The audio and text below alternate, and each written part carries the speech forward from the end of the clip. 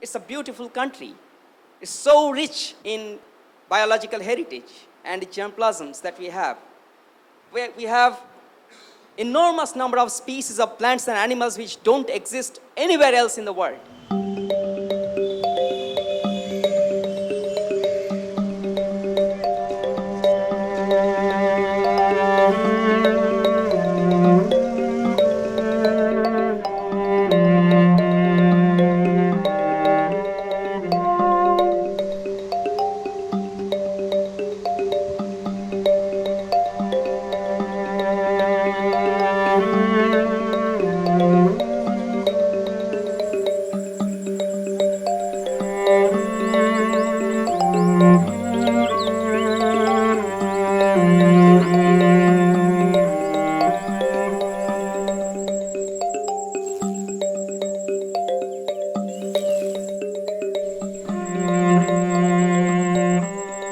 We have enormous number of species of plants and animals which have known properties, therapeutic properties, nutritional properties, and so on, but most of which are still unknown.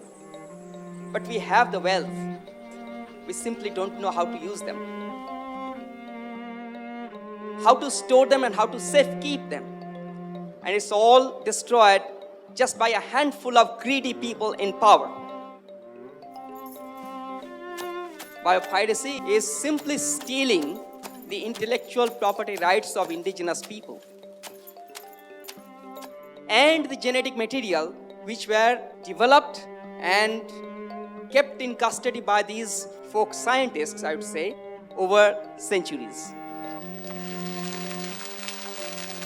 So, in a sense, all these decades after WTO, we have more than 260 biopiracy patents on Indian plant genetic materials.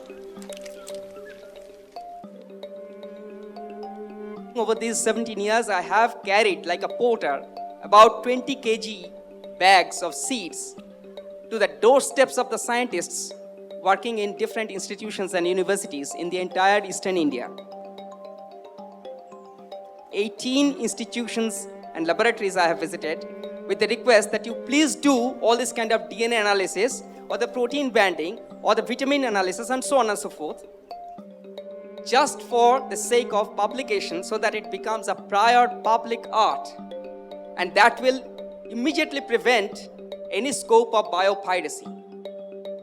Till date, we have not received a single letter of acknowledgement.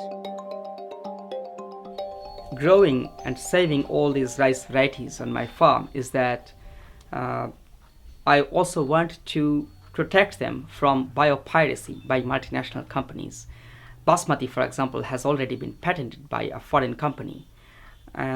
So in order to protect that, prevent that kind of patenting of farmers' own rice varieties, we are also documenting growing these rice varieties and recording all the characteristics of each variety and copyright them. And that will prevent the patenting in future by any corporation.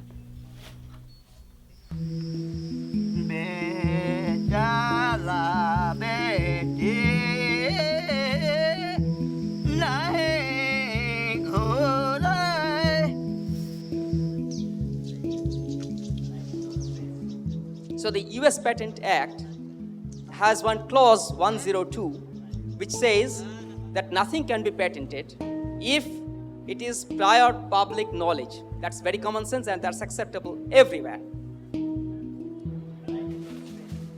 But here in this clause, they define public as US citizens.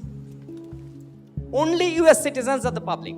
So it doesn't matter if billions of Indians and billions of Africans know the use of any material, know the existence of those germplasms or animals or plants.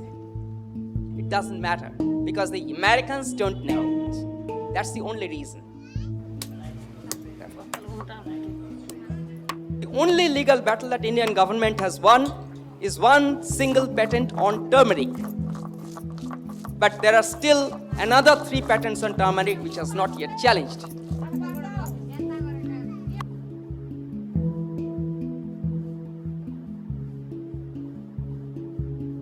used to have 110,000 rice varieties. I repeat, 110,000 rice varieties in India until 1970s. The estimated number of extant varieties, that is existing number, is not more than 7,000.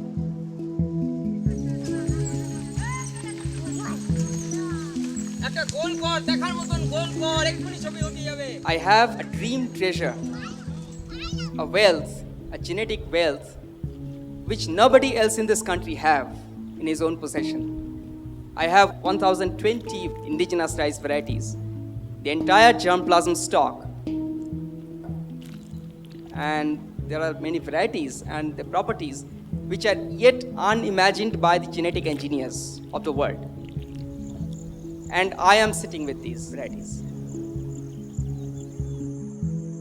So we are sitting in the middle of nowhere, which is not even connected with electricity, but we are doing some meaningful science, some of which have been published in international peer-reviewed journals too, to prove the credibility of this research.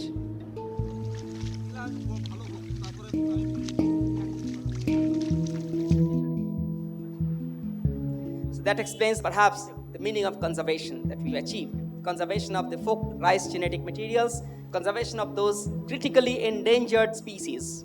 Endangered species which have no commercial value, but which has enormous potential value for the future generation, for the posterity, which we cannot imagine today.